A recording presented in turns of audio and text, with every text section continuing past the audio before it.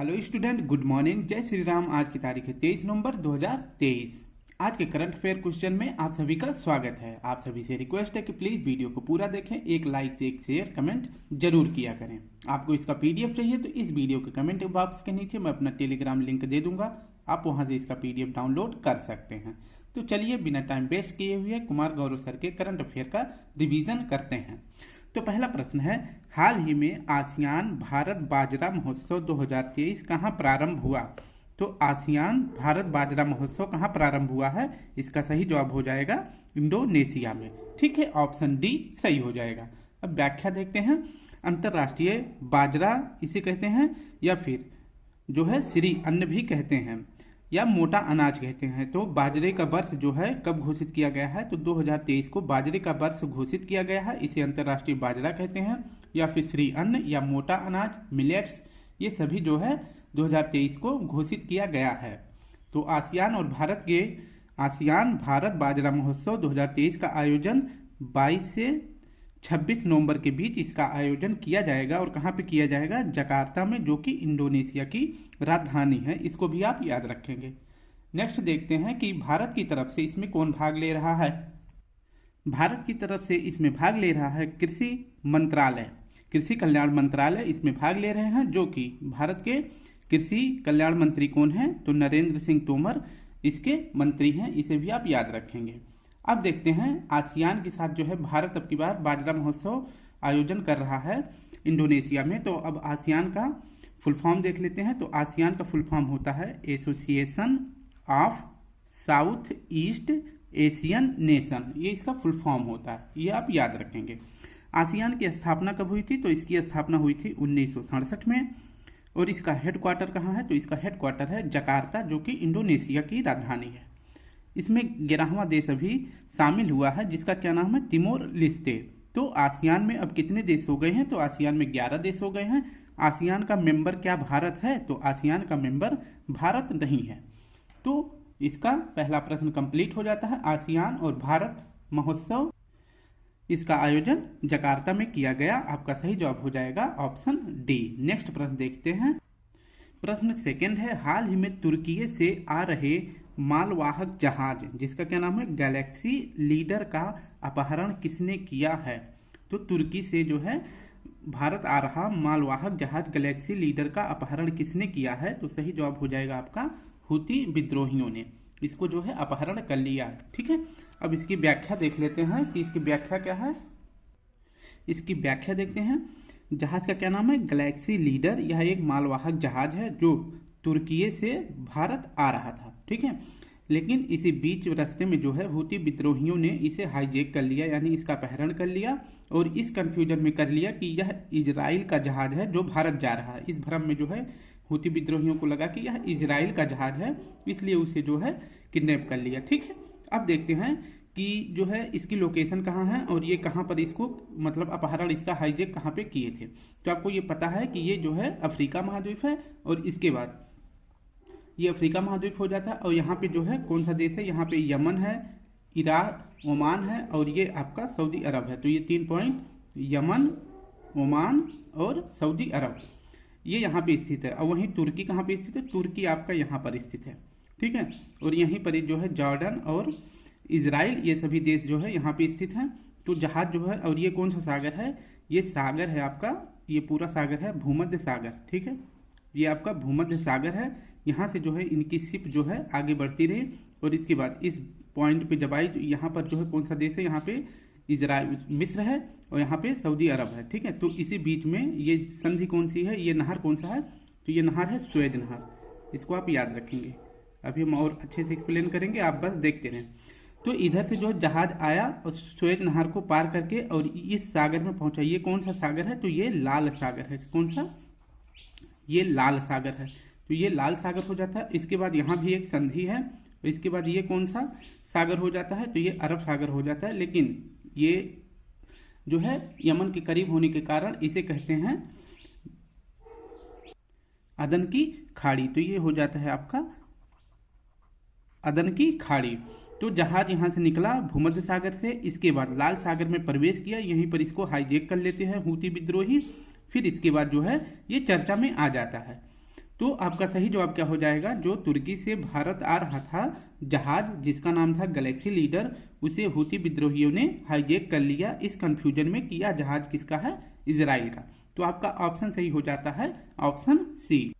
अब देखते हैं कि भूमध्य सागर को लाल सागर से कौन जोड़ता है। तो इधर आप लिख देंगे लाल सागर, ठीक है। तो ये आपका हो जाएगा लाल सागर। और स्वेज नहर को कौन जोड़ता है, तो इधर हो जाएगा भूमध्य सागर। तो भूमध्य सागर को लाल सागर से जोड़ने वाली जल संधि कौन सी है या नहर कौन सा है, तो ये आपका स्वेज नहर है। मैंने बताया इधर आपका ऊपर भूमध्य सागर, यहाँ बीच में लाल सागर हो जाता है और इसके बीच में जोड़ने वाला ये कौन सा हो जाता है, तो ये स्वेज नहर जोड़ता है। इसके बाद लाल सागर को अदन की खाड़ी से कौन जोड़ता है, ये जल संधि कौन सी है, तो ये है बाब अल मंदेब जल संधि, ठीक है। तो आप देख सकते हैं इसके ऊपर कौन सा सागर हो जाएगा, ये हो जाएगा लाल सागर। और यहाँ पर कौन सी खाड़ी हो जाएगी, तो यहाँ पर हो जाएगा अदन की खाड़ी। अदन की खाड़ी को और लाल सागर को कौन जोड़ता है, बाब अल मंदेब जोड़ता है। बाब अल मंदेब को क्या बोलते हैं, आंसुओं का द्वार भी बोलते हैं, ठीक, इसको भी आप याद रखेंगे, आंसुओं का द्वार भी इसे बोलते हैं। अब देखते हैं कि तुर्की की राजधानी का नाम है अंकारा और यमन की राजधानी का नाम है सना। अब जो है चर्चा में बना हुआ है, हूती विद्रोहियों ने इसे हाईजैक किया इजराइल के कंफ्यूजन में। अब देखते हैं कि ऑपरेशन अल अक्सा फ्लड ये किसने शुरू किया था, तो ऑपरेशन अल अक्सा फ्लड शुरू किया था हमास ने। किसके खिलाफ, तो इजराइल के खिलाफ इसे स्टार्ट किया था। और वहीं उसके next day operation iron sword किसने शुरू किया, तो इजराइल ने शुरू किया। किसके विरुद्ध, तो हमास के विरुद्ध जो है इजराइल ने शुरू किया। जब इन दोनों में जो है युद्ध होने लगा तो भारत ने एक ऑपरेशन चलाया जिसका नाम है ऑपरेशन अजय। भारत ने अपने जो इजराइल में फंसे भारतीय हैं इनको बाहर निकालने के लिए कौन सा ऑपरेशन चलाया, ऑपरेशन अजय। तो इजराइल से भारतीयों को निकालने के लिए भारत द्वारा ऑपरेशन अजय चलाया गया। अब नेक्स्ट प्रश्न देखते हैं। प्रश्न तीसरा है, हाल ही में Gyanodaya express college on wheels से शैक्षिक तीर्थ यात्रा कहाँ प्रारंभ हुई, तो इसका सही जवाब हो जाएगा ऑप्शन ए जम्मू कश्मीर में। अब देखते हैं कि जम्मू कश्मीर में जो है शुरू किया है किसने, राज्यपाल जो उपराज्यपाल हैं जम्मू कश्मीर के उपराज्यपाल हैं मनोज सिन्हा। तो मनोज सिन्हा जी ने Gyanodaya express college on wheels की शैक्षिक यात्रा शुरू की है जम्मू कश्मीर में। इसमें जो है विद्यार्थियों को जो है वास्तविक साक्ष्यों को प्रस्तुत करने के लिए यह शुरू किया गया है। अब देख लेते हैं कुछ महत्वपूर्ण RRTS जैसे कि ज्ञानोदय एक्सप्रेस शुरू किया गया है, तो ऐसे कौन कौन से एक्सप्रेस अभी हाल ही में भारत के द्वारा शुरू किया गया है, तो RRTS या इसे रैपिड एक्स कहते हैं। यह एक ट्रेन है जिसका क्या नाम रखा गया है, तो इसका नाम रखा गया नमो भारत। इसकी शुरुआत कहाँ से की गई है, तो गाजियाबाद से शुरू किया गया है। कुल अभी 17 किलोमीटर इसकी उद्घाटन किसने करी, तो नरेंद्र मोदी जी ने इसका शुरुआत किया है। लेकिन नमो भारत कहाँ से कहाँ तक इसकी दूरी होगी, तो इसकी दूरी दिल्ली से मेरठ तक होगी, तो बीच में गाजियाबाद भी आएगा। तो दिल्ली गाजियाबाद मेरठ के बीच यह नमो भारत एक्सप्रेस चलेगा और इसका उद्घाटन अभी कहाँ किया गया था, तो गाजियाबाद में शुरू किया गया था, ठीक है। तो इसका फुल फॉर्म होता है RRTS। तो इसका फुल फॉर्म हो जाएगा रीजनल रैपिड ट्रांजिट सिस्टम।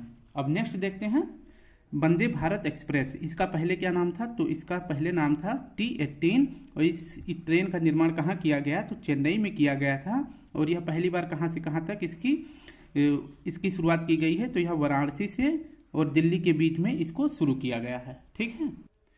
प्रश्न 4 है, ICC पुरुष अंडर-19 विश्व कप 2024 का मेजबान देश कौन सा है, तो आपका सही जवाब हो जाएगा ऑप्शन सी दक्षिण अफ्रीका। व्याख्या देखते हैं।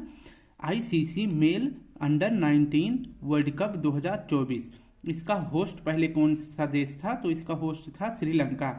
फिर इसके बाद यहाँ से मतलब इसको स्थापित करके जो है प्रतिस्थापित करके कहाँ पे कर दिया गया, तो साउथ अफ्रीका में। क्यों कर दिया गया, तो पहले होस्ट श्रीलंका था, फिर इसके बाद साउथ अफ्रीका को क्यों किया गया। आपको पता है कि जो है अभी हाल ही में ICC ने श्रीलंका के क्रिकेट बोर्ड को निलंबित कर दिया है। तो जब निलंबित कर दिया है तो यहाँ पे जितने भी मैच होने वाले थे उसको जो है हटाकर किसी दूसरे देश में इसका आयोजन किया जाएगा। तो पुरुष अंडर-19 वर्ल्ड कप 2024 का आयोजन अब कहाँ पे किया जाएगा, साउथ अफ्रीका में किया जाएगा।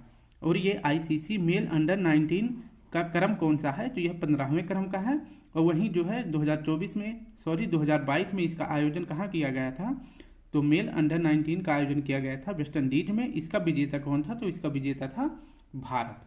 ठीक है। और साउथ अफ्रीका और किसका आयोजन रहा है, तो आयोजक करता रहा है ब्रिक्स का। ठीक है, तो साउथ अफ्रीका जो है ब्रिक्स का भी होस्ट रहा है। अब देखते हैं आईसीसी आया है, तो आईसीसी का फुल फॉर्म देखते हैं। तो आईसीसी का फुल फॉर्म होता है इंटरनेशनल क्रिकेट काउंसिल।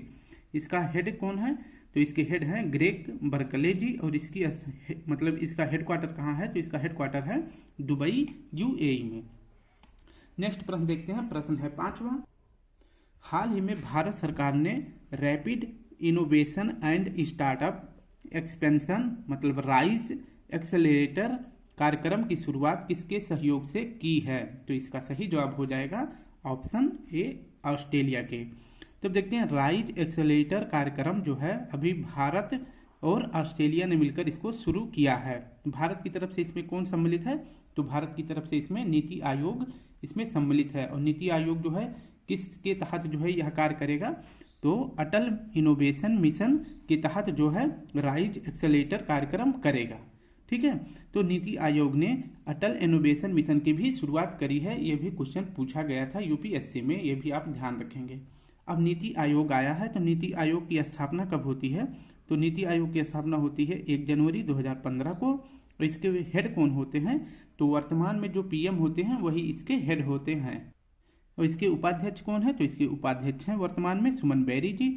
इसके सीईओ, तो नीति आयोग के सीईओ हैं BVR सुब्रमण्यम। अब नीति आयोग की स्थापना 1 जनवरी 2015 को हुई थी, तो किसके स्थान पर हुई थी ये भी अब देखना पड़ेगा। तो योजना आयोग पहले जो है नीति आयोग का नाम योजना आयोग था, और योजना आयोग का जो है स्थापना कब की गई थी, तो इसकी स्थापना की गई थी 1950 में। और योजना आयोग के हेड कौन थे, तो इसके हेड थे पीएम, जो कि वर्तमान पीएम कौन थे, तो पंडित नेहरू जी वर्तमान इसके पीएम थे और हेड भी। और इसके वर्तमान उपाध्यक्ष कौन बने थे, तो इसके वर्तमान योजना आयोग के हेड उपाध्यक्ष कौन थे, तो ये थे गुलजारी लाल नंदा जी। ये भी आप याद रखेंगे। 1 जनवरी 2015 में योजना आयोग का नाम बदल के नीति आयोग कर दिया जाता है। अब हम अपने छठे प्रश्न को देख लेते हैं। छठवां प्रश्न है, पंकज आडवाणी ने 26वीं बार विश्व बिलियर्ड्स चैंपियनशिप का खिताब कहाँ जीता, जो 26वें क्रम का था बिलियर्ड्स चैंपियनशिप का खिताब किसने जीता, तो पंकज आडवाणी ने जीता है। जिसका आयोजन कहाँ पे किया गया था, तो कतर में इसका आयोजन किया गया था। अब इसकी व्याख्या देखते हैं। कतर दोहा में जो यहाँ पर जो है अभी हाल ही में फीफा वर्ल्ड कप का भी आयोजन किया गया था, तो कतर दोहा में बिलियर्ड्स चैंपियनशिप का आयोजन किया गया था, जो किस क्रम का था, तो 26वें क्रम का था। ठीक है, तो कतर दोहा में कौन से खेल का आयोजन किया गया, बिलियर्ड्स प्लस स्नूकर का यहाँ पे आयोजन किया गया था।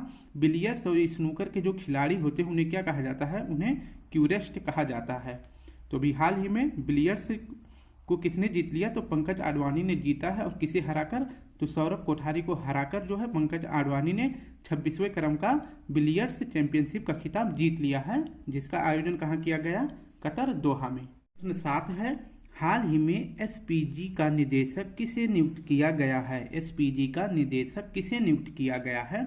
आपका सही जवाब हो जाएगा ऑप्शन सी, आलोक शर्मा को एसपीजी का निदेशक नियुक्त किया गया है। इसकी व्याख्या देखते हैं। तो एसपीजी का फुल फॉर्म होता है स्पेशल प्रोटेक्शन ग्रुप।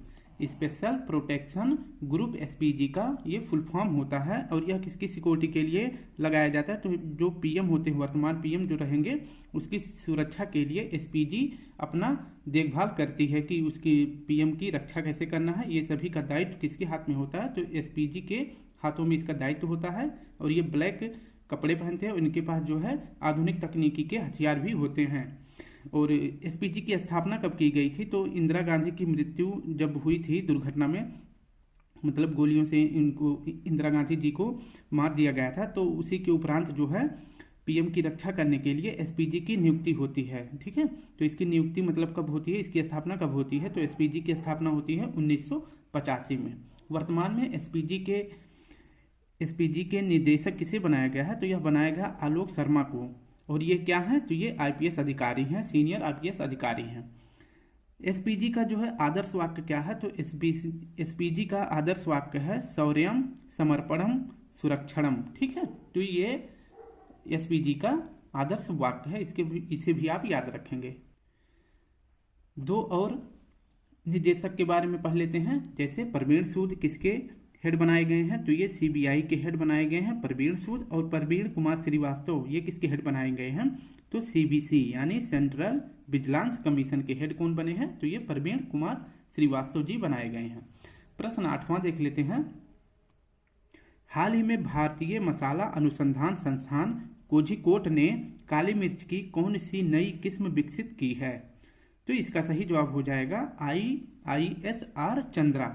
यह एक काली मिर्च की नई वैरायटी है। इसकी खोज किसने करी है, तो कोझिकोड में स्थापित जो है भारत का भारतीय मसाला अनुसंधान संस्थान ने यह काली मिर्च की नई किस्म की खोज करी है। अब इसकी व्याख्या पहले देख लेते हैं। IISR इसका फुल फॉर्म होता है Indian institute for spice research. इन्होंने अभी हाल ही में इसका हेडक्वार्टर पहले देखते हैं, तो IISR का हेडक्वार्टर कहाँ है, कोझिकोड केरल में। और IISR ने अभी हाल ही में काली मिर्च की एक नई किस्म खोज की है, जिसका क्या नाम है, तो इसका नाम है चंद्रा। ठीक है, चंद्रा क्या है, काली मिर्च की एक नई वैरायटी है जिसमें इसमें पैदावार अधिक मात्रा में होता है। इसकी खोज कहाँ की गई है, तो कोझिकोड केरल में की गई है। ठीक है, इसको आप याद रखेंगे। तो भारतीय मसाला अनुसंधान संस्थान किसने, मसाला अनुसंधान ने काली मिर्च की कौन सी नई किस्म खोज करी है, तो यह हो जाएगा चंद्रा। इसको आप याद रखेंगे। और IISR का हेडक्वार्टर कहाँ है, तो यह कोझिकोड केरल में है, इसे भी साथ में याद रखेंगे। नेक्स्ट प्रश्न देख लेते हैं। हाल ही में गुजरात सरकार ने किसे राज्य मछली घोषित किया है, तो सही जवाब हो जाएगा ऑप्शन सी, घोल मछली को जो है गुजरात सरकार ने अपना राजकीय मछली घोषित किया है। अब देखते हैं कहाँ पे इसको घोषित किया, मतलब कहाँ पे इसे घोषित किए हैं, किस कॉन्फ्रेंस में। तो पहले देखते हैं गुजरात अपना स्टेट फिश किसे बनाया है, तो यह घोल मछली को बनाया है। घोल मछली को क्या कहते हैं, घोल मछली को गोल्ड फिश भी कहते हैं, क्योंकि इसमें जो है पोषण की मात्रा बहुत अधिक होती है, इसे इसलिए पोषण की पावर हाउस भी कहा जाता है। ठीक है, तो अभी हाल ही में ग्लोबल फिशरीज कॉन्फ्रेंस का आयोजन किया गया था, कहाँ पे, अहमदाबाद में। तो अहमदाबाद में ग्लोबल फिशरीज कॉन्फ्रेंस का आयोजन किया गया था। यहीं पर गुजरात सरकार ने अपना स्टेट फिश किसे घोषित किया, घोल फिश को। ये आप याद रखेंगे तो आपका सही जवाब हो जाता है ऑप्शन सी। आज का आखिरी प्रश्न देखते हैं। हाल ही में सर्वश्रेष्ठ कॉमेडी श्रेणी में अंतर्राष्ट्रीय एमी पुरस्कार जीतने वाले पहले भारतीय कौन हैं, तो सर्वश्रेष्ठ कॉमेडी श्रेणी में अंतर्राष्ट्रीय एमी पुरस्कार कौन जीता है, तो आपका सही जवाब हो जाएगा राजकुमार राव। कपिल शर्मा नहीं है, आप इसे याद रखेंगे। राजकुमार राव जो है, सॉरी, इसका सही जवाब हो जाएगा अंतर्राष्ट्रीय एमी पुरस्कार जीतने वाले पहले भारतीय कॉमेडी कौन है, तो ये वीरदास हैं, इसे आप याद रखेंगे। इसकी व्याख्या देख लेते हैं कि अंतर्राष्ट्रीय एमी अवार्ड यह 15वें क्रम का है। यह अंतर्राष्ट्रीय एमी अवार्ड जो है टेलीविजन का अवार्ड होता है, और इसका आयोजन कहाँ किया जा रहा है, तो अंतर्राष्ट्रीय एमी अवार्ड का आयोजन किया जा रहा है USA न्यूयॉर्क में। ठीक है, तो दो भारतीयों को यह पुरस्कार दिया गया है। एक तो दिया गया है कॉमेडी की श्रेणी में, कॉमेडी की श्रेणी में किसे दिया गया है, तो यह दिया गया है वीरदास को, और यह कॉमेडी का पुरस्कार पाने वाले पहले भारतीय बन गए हैं। वहीं दूसरा पुरस्कार किस क्षेत्र में दिया गया है, तो यह निदेशालय पुरस्कार दिया गया है, निदेशालय के क्षेत्र में दिया गया है। किसे, तो यह दिया गया है एकता कपूर को, जो सीरियल बनाती हैं। यह पुरस्कार इन्हें दिया गया है, आप याद रखेंगे। तो अंतर्राष्ट्रीय एमी पुरस्कार दो लोगों को दिया गया है, एक तो कॉमेडी के क्षेत्र में, दूसरा निदेशालय के क्षेत्र में दिया गया है। कॉमेडी के क्षेत्र में वीरदास को और निदेशालय के क्षेत्र में एकता कपूर को दिया गया है। और यह किस क्रम का है, तो 15वें क्रम का है। इसका आयोजन USA में किया जा रहा है।